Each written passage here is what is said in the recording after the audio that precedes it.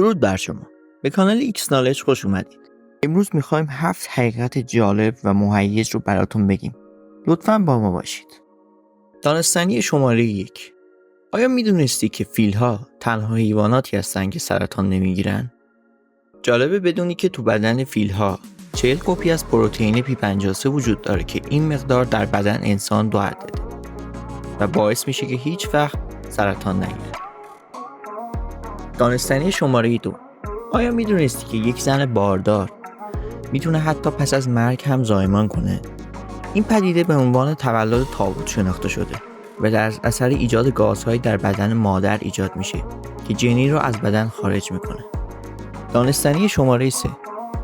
شاید هممون فکر کنیم که تمامی مواد غذایی خراب میشن، اما طبق تحقیقات انجام شده عسل تنها ماده غذاییه که خراب و فاسد نمیشه.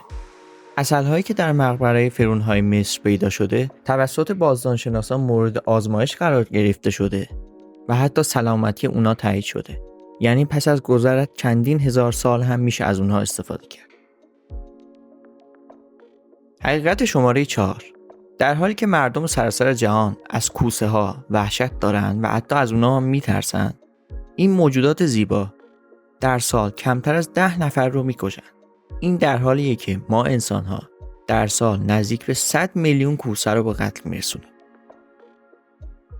حقیقت شماره 5. شاید فکر کنین که مرگبارترین حیوانات دنیا کوسه ها، خرس‌ها یا ببران، بلکه کاملا در اشتباهی.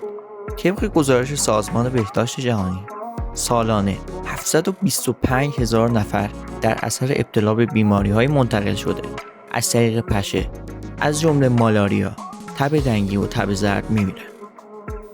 حقیقت شماره 6. شاید فکر کنید که برای عملکرد مناسب مغز تمامی قسمت‌های اون نیازه، اما گاهی اوقات نصف مغز به اندازه کل مغز خوب کار میکنه.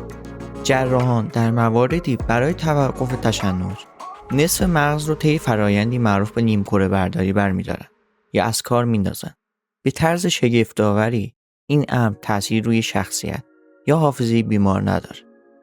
حقیقت شماره 7. در سال 1932 ارتش استرالیا سربازهاشو برای جنگ عجیبی فرستاد.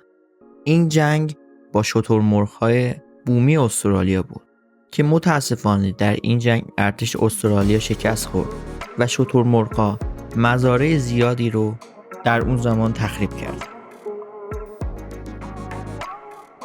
لطفاً سابسکرایب کنید و نظراتتون رو برامون بگید. ممنون از شما.